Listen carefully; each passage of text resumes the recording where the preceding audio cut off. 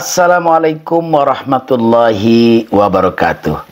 Salam sehat. Bertemu kembali dengan saya Syafriadi berazam.com, mengupas dan mengulas perkembangan terkini pemilihan kepala daerah serentak di Kabupaten Pelalawan.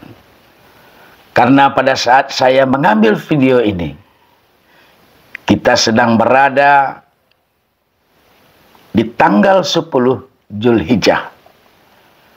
Kami keluarga besar berazam.com mengucapkan selamat Idul Adha 1445 Hijriah. Mohon maaf lahir dan batin. Jangan lupa subscribe channel YouTube berazam.com agar kami dapat terus menyajikan informasi terkini pemilihan kepala daerah di Provinsi Riau. Nah, sebelum saya mengupas dan mengulas perkembangan politik di Kabupaten Pelalawan, saya ingin membacakan satu buah berita yang cukup menarik. Berita ini ditayang oleh online Halo Riau pada tanggal 15 Juni tahun 2024. Pukul 11:35 waktu Indonesia bagian Barat, dengan judul "Setelah Zukri, Nasaruddin ikut dapat rekomendasi PAN jadi calon Bupati Pelalawan." Pekanbaru, Dewan Pimpinan Pusat Partai Amanat Nasional beri rekomendasi kepada Nasaruddin sebagai bakal calon Bupati Pelalawan untuk Pilkada 2024, Jumat 14 Juni 2024. Nasaruddin yang saat ini menjabat sebagai Wakil Bupati Pelalawan itu menerima secara langsung SK rekomendasi yang diserahkan oleh Wakil Ketua Umum DPP PAN, Viva Yoga Mauladi. Dalam surat bernomor 992 Pilkada 6 Romawi 2024 ditandatangani oleh tim Pilkada DPP PAN, Viva Yoga Mauladi, Yandri Susanto, dan Pangeran Kasaleh tersebut, DPP PAN menugaskan Nasaruddin untuk mencari pasangan sebagai calon Wakil Bupati Pelalawan. Selanjutnya, Nasaruddin diminta mendapatkan koalisi partai politik untuk memenuhi persyaratan pencalonan di Pilkada 2024, serta melaksanakan komunikasi intensif dengan DPW, DPD, DPC, dan DPRT PAN untuk menggerakkan mesin partai dan membuat program pemenangan Pilkada 2024. Nasaruddin juga diminta melakukan kerja-kerja politik yang cerdas, cepat, dan konsisten agar dapat memenangkan Pilkada tahun 2024 dan sanggup menanggung atau membayar biaya survei oleh lembaga survei yang ditunjuk oleh DPP PAN. Nasaruddin yang merupakan kader Golkar dan menjabat sebagai Wakil Ketua Bidang OKK DPD Golkar Riau itu menyampaikan rasa syukurnya kepada DPP PAN. Terima kasih kepada DPP PAN yang telah memberikan surat rekomendasi tersebut. Kami segera melakukan konsolidasi untuk memenuhi poin-poin yang ada dalam surat tersebut, dan ini menambah semangat bagi kami dalam mengikuti Pilkada Pelalawan tahun 2024 ini, kata dia, Sabtu 15 Juni 2024. Nasaruddin mengaku memiliki target untuk menang di Pilkada Pelalawan. Diketahui satu hari sebelumnya, berarti hari Jumat tanggal 14 Juni, Bupati Pelalawan Zukri juga mendapat rekomendasi untuk kembali bertarung di Pilkada Pelalawan sebagai bakal calon bupati. Artinya pasangan bupati dan wakil bupati Pelalawan Zukri Nasaruddin pada pilkada kali ini akan berhadapan dengan satu sama lain. Ini menarik ini. Kabupaten Pelalawan ini. Akhirnya Zukri dan Nasaruddin pecah kongsi, bercerai, dan harus saling berhadapan pada pemilihan kepala daerah serentak tahun 2024. Apa boleh buat?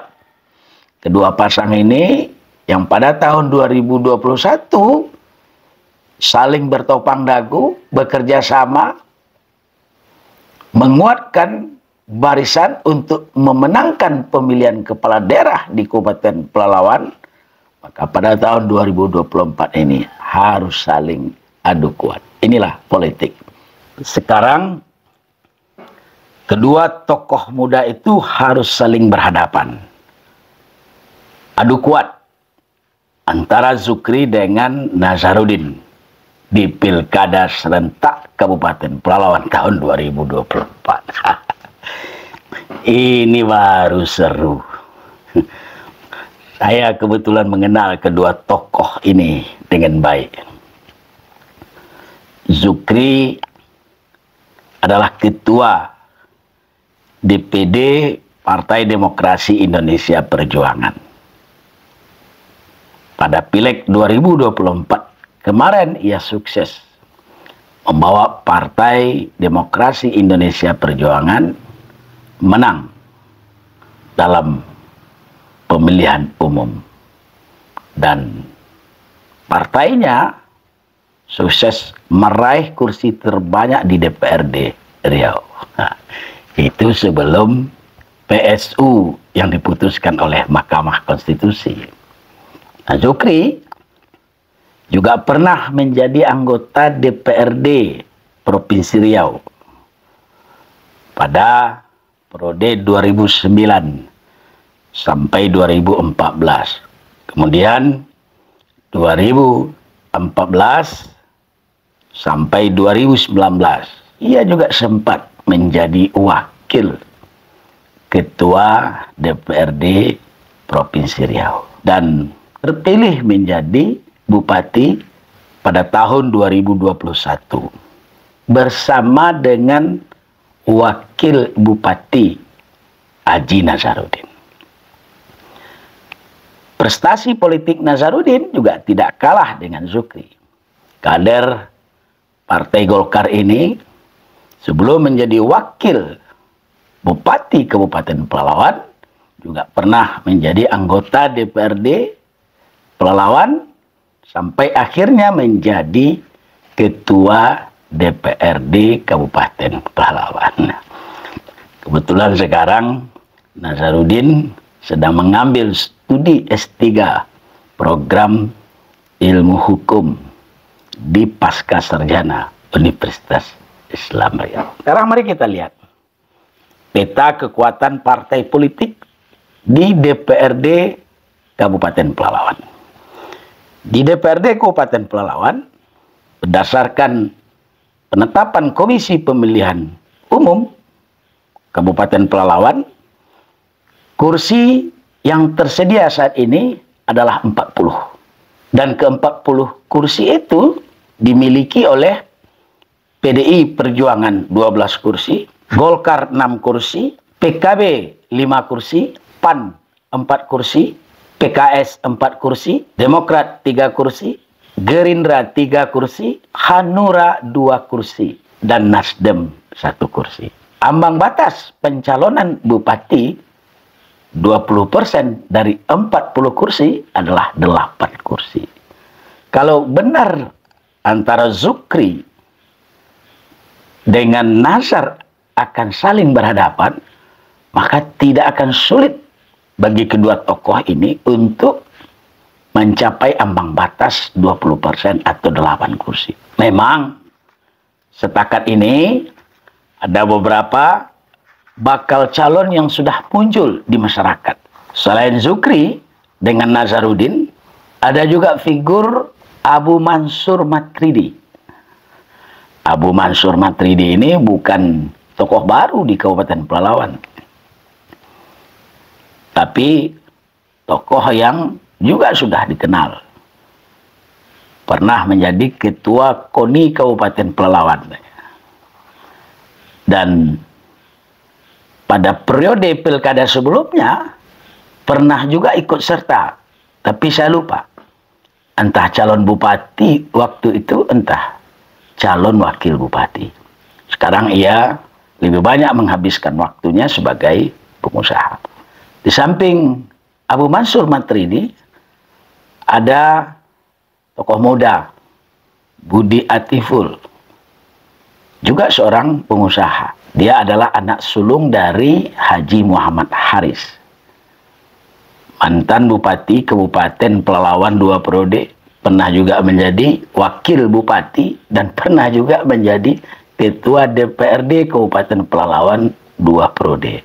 Pada saat Haji Haris menjadi ketua DPD Partai Golkar di Kabupaten Pelalawan. Nah, yang tidak kalah serunya, Indra Kampe. Indra Kampe ini adalah anggota DPRD Kabupaten Pelalawan dari Partai Gerindra. Ia bukan tokoh baru, sudah menjadi anggota DPRD selama 3 periode. Di luar Indra Kampe, ada pula nama Yose Indrawan, kader P3, yang juga anggota DPRD Kabupaten Pelalawan. Kemudian tokoh yang tidak asing lagi bagi kalangan generasi muda, Husni Tamrin. Husni Tamrin kemarin sempat mendaftar di Partai Demokrat sekaligus mengembalikan formulir. Selama ini pemilihan bupati di Kabupaten Pelalawan itu selalu mempolarisasi kekuatan dukungan dari figur yang bertarung ke dalam 2 geografis, yakni kekuatan pesisir dengan kekuatan selatan. Jadi ada Pelalawan pesisir, ada Pelalawan selatan. Mana saja daerah-daerah yang masuk dalam kawasan Pelalawan pesisir. Misalnya Kecamatan Pelalawan, Bunut, Teluk Meranti, Kuala Kampar, Bandar Petalangan. Sementara Pelalawan Selatan terdiri dari Ukui, Pangkalan Lesung, Kerumutan, Pangkalan Kuras, dan mungkin juga masuk Langgam. Zukri boleh disebut sebagai tokoh yang merepresentasikan Pelalawan pesisir. Sementara Nazarudin dianggap sebagai tokoh yang merepresentasikan Pelalawan Selatan. Inilah sebenarnya yang menjadi kunci kemenangan Zukri Nazarudin pada pilkada tahun 2021. Kedua tokoh ini antara Pelalawan pesisir dengan Pelalawan Selatan itu bersatu.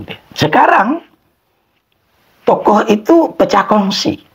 Zukri berhadapan dengan Nazarudin. Nah, kalau pada tahun 2021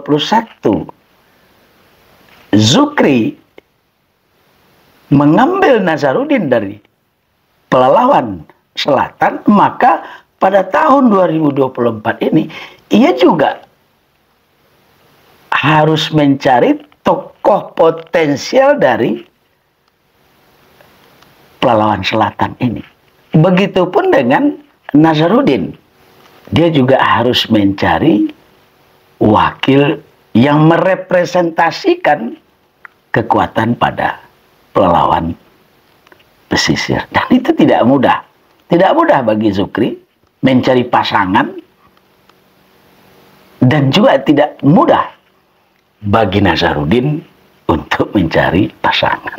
Nah, yang paling mungkin bagi kedua tokoh ini mencari figur yang netral, yang itu memiliki basis dukungan di kota Pangkalan Kerinci. Pangkalan Kerinci ini itu daerah pertarungan yang baik Zukri maupun Nazarudin itu sama-sama memiliki kekuatan di sana. Dan ada tokohnya yang cukup dikenal luas oleh masyarakat. Misalnya Abu Mansur Matridi. Dia cukup populer. Apalagi orang tuanya, Buya Karim, termasuk salah satu tokoh pendiri Kabupaten Pelalawan. Bukan tidak mungkin Nazarudin akan berpasangan dengan Abu Bakar Matridi ini. Atau figur lain yang juga mungkin memperkuat posisi Nazarudin menghadapi Zukri adalah Indra Kampe, kader dari Partai Gerindra yang juga memiliki kekuatan basis massa. Dan ingat, Partai Gerindra itu adalah saat ini menjadi partai penguasa setelah ketua umumnya Prabowo Subianto ditetapkan oleh Komisi Pemilihan Umum menjadi presiden terpilih, dilantik pada tanggal 20 Oktober mendatang. Nah, bagi Zukri terbuka juga peluang bekerja sama dengan Husni Tamrin, figur yang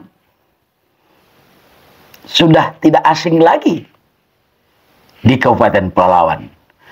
Problemnya, apakah kedua tokoh ini bisa dipasangkan? Mengingat, pertama, Husni Tamrin juga mengincar posisi untuk menjadi orang nomor 1. Dan ia sudah mendaftar di Partai Demokrat dan mengembalikan formulir di partai berlambang Mercy itu. Kedua, antara Zukri dengan Husni Tamrin ini sebenarnya bersaudara atau berkeluarga. Tapi kita kesampingkanlah faktor itu. Kalau memang nanti Zukri berpasangan dengan Husni Tamrin, lalu kemudian Nazarudin berpasangan dengan Abu Bakar Mansur Matridi atau dengan Indra Kampe, nah ini memang pertarungannya akan menjadi sengit. Karena dua pasang calon ini sama-sama memiliki tingkat popularitas dan elektabilitas. Bedanya, Zukri saat ini menjadi bupati jauh lebih memiliki popularitas dan elektabilitas dibandingkan dengan Nazarudin yang notabene wakil bupati. Wakil bupati tentu pergerakan politiknya selama menjabat tidak terlalu kencang dibandingkan dengan bupati. Tapi perlu diingat, mesin politik dari kedua tokoh ini, pertama poros PDIP, yang kedua poros Golkar. Jadi kita lihat adu kuat antara Zukri dengan Nazarudin pada Pilkada serentak Kabupaten Pelalawan tahun ini. Terima kasih.